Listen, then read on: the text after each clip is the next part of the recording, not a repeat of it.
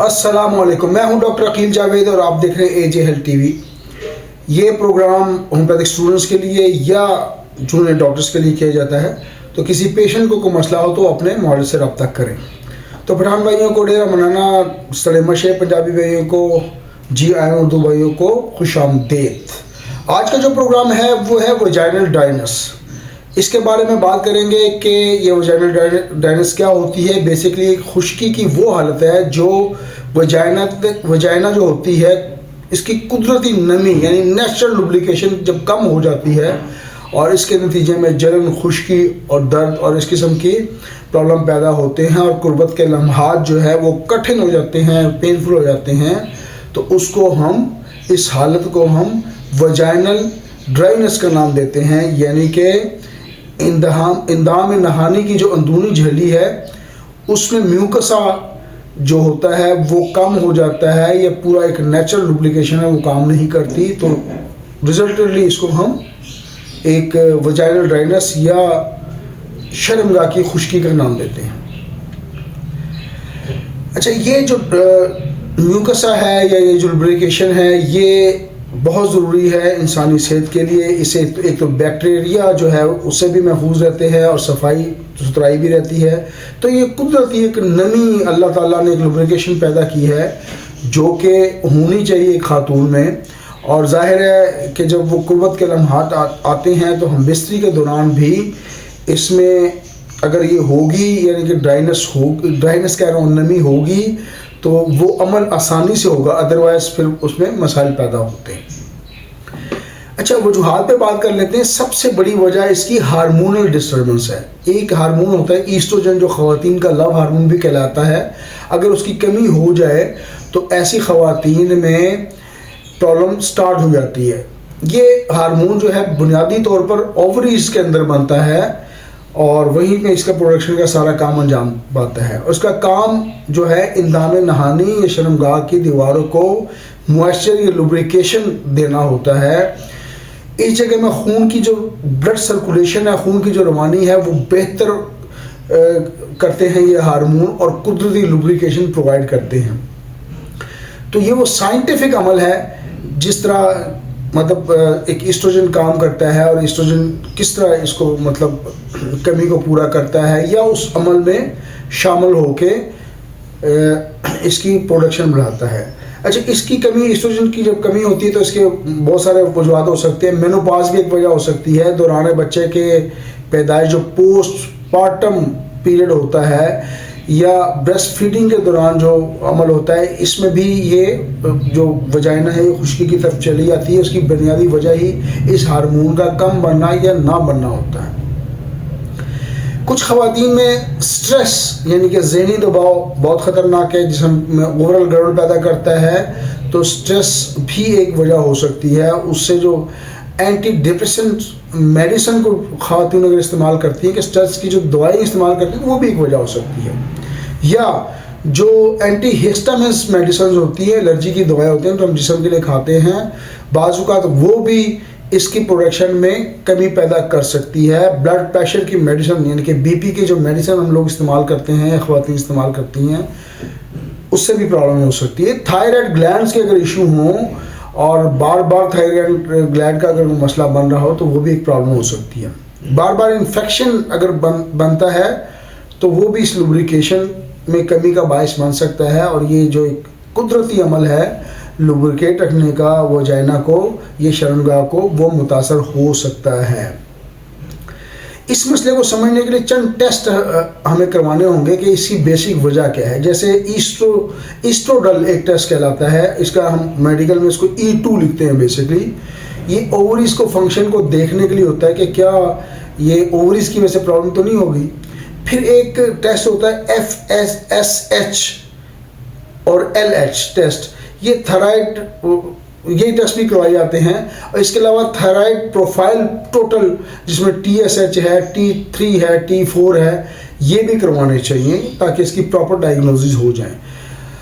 Blood random भी करवा सकते हैं, जिसको शुगर का टेस्ट कहते हैं, क्योंकि शुगर भी जिस्म की नमी को कम करती है। ज़ाहिर है वो डिहाइड्रेशन डेवलप करती है जिस्म में, और इसके साथ ये हार्मोन भी डिस्टर्ब होते हैं।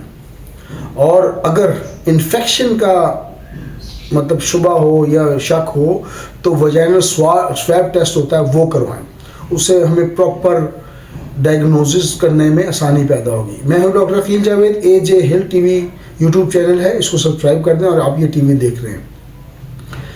हम एहतियातों की अगर बात करें तो सबसे पहले पानी का मुनासिब इस्तेमाल होना चाहिए ताकि जिस्म में डिहाइड्रेशन ना हो, क्योंकि डिहाइड्रेशन खुश्की पैदा करती है और इसको और मज़ीद बढ़ाएगी, जिससे और कॉम्प्लिकेशन बढ़ेंगे।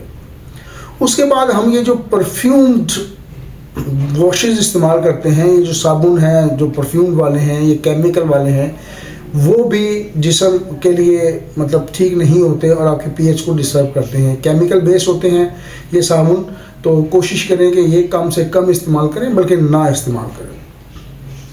तो ऐसी जितनी चीज़ें जो केमिकल से बनती हैं ये अंदरूनी हिस्से की नमी को ख़त्म करती है और फिर प्रॉब्लम ज़ाहिर है जिस्म में पैदा होती है और इंसान जो है वो खुश्की का शिकार हो सकता है। इसके अलावा जब भी सेक्सुअल एक्टिविटी करनी हो तो फोर प्ले, यानी कि फिर हम इसको छेड़ा छाड़ी कहते हैं, हम वो ज़्यादा करें, उसका टाइम बढ़ाएं और एकदम ही स्टार्ट ना हो जाए, तो वो भी ज़रूरी है। और कॉटन के कपड़े इस्तेमाल करें, ढीले कपड़े हों जो कि लूज क्लोथिंग जिसे हम कहते हैं वो पहने। कोल्ड ड्रिंक्स, जंक फूड और कैफीन इसको इस्तेमाल कम करें, इसका इस्तेमाल कम से कम होना चाहिए, ओवरऑल हेल्थ के लिए वैसे भी ठीक नहीं है।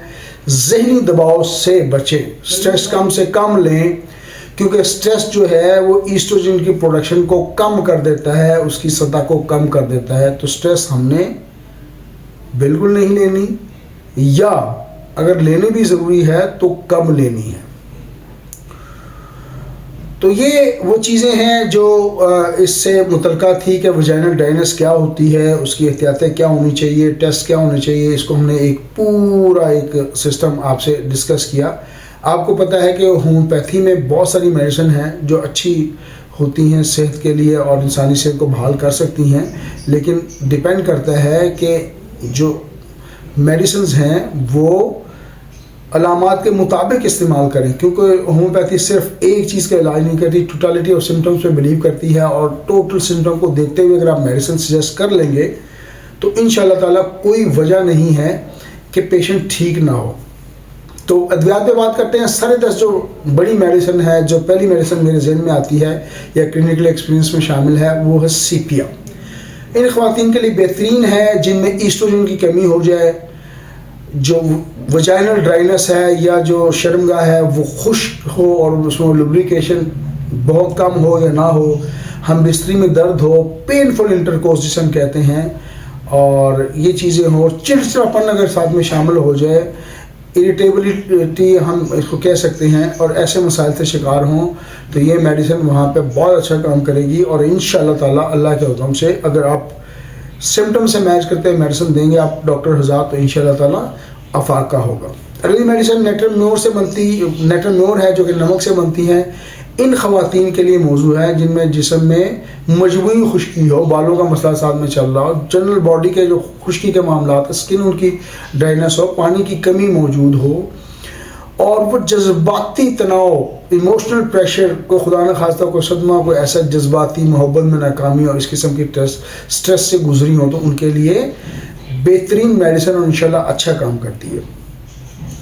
अगली मेडिसिन आपकी स्क्रीन पर मैं डिस्प्ले करवा देता हूँ, वो ग्रेफाइट कहलाती है। ग्रेफाइट आपको पता ही है कि जो पेंसिल हम इस्तेमाल करते हैं, कच्ची पेंसिल, उसका जो मवाद उसको ग्रेफाइट कहते हैं। इस दवा में खुश्की तो होती है, इसके साथ इचिंग शामिल हो जाती है और इन्फ्लेमेशन या सोजिश आप इसे कह सकते हैं वो भी शामिल हो जाती है। और थिक यानी कि मोटा वजाइनल डिस्चार्ज जिसको आप लिकोरिया भी कह सकते हैं, तो वो भी बाज़ औक़ात मौजूद होता है। तो ऐसी सिचुएशन हो तो इस मेडिसिन को याद रखें।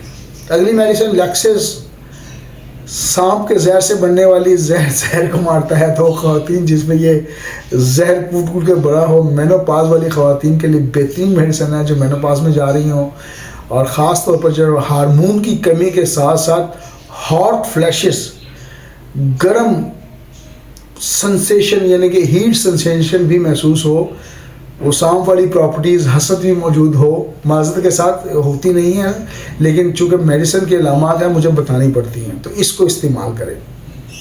इसके इस्तेमाल से तमाम जुमला अमराज इंशाअल्लाह ताला अल्लाह के हुक्म से बहुत बेहतरीन हो जाएंगे। कीराजोटम एक अच्छी मेडिसिन है। ये उस वक्त काम करती है जब खुश्की के साथ साथ बर्निंग यानी कि जलन मौजूद हो। जलन की सेंसेशन होती है, बेसिकली जलन दिखाई तो नहीं देगी, उसकी सेंसेशन या एहसास होता है। इन्फ्लेम्ड वजाइनल इन्फेक्शन भी मौजूद हो, यानी कि वजाइना का इन्फेक्शन भी मौजूद हो, और उससे बदबू जो लिक्विड है उससे बदबू आती है बड़ी बुरी किस्म की। तो अगर ऐसी कोई पोजीशन हो, वजाइना यानी कि खुश्की हो और इस किस्म के मसाइल हो, तो उसमें ये मेडिसिन बहुत मुस्तनद है और ये कभी भी फेल नहीं हुई।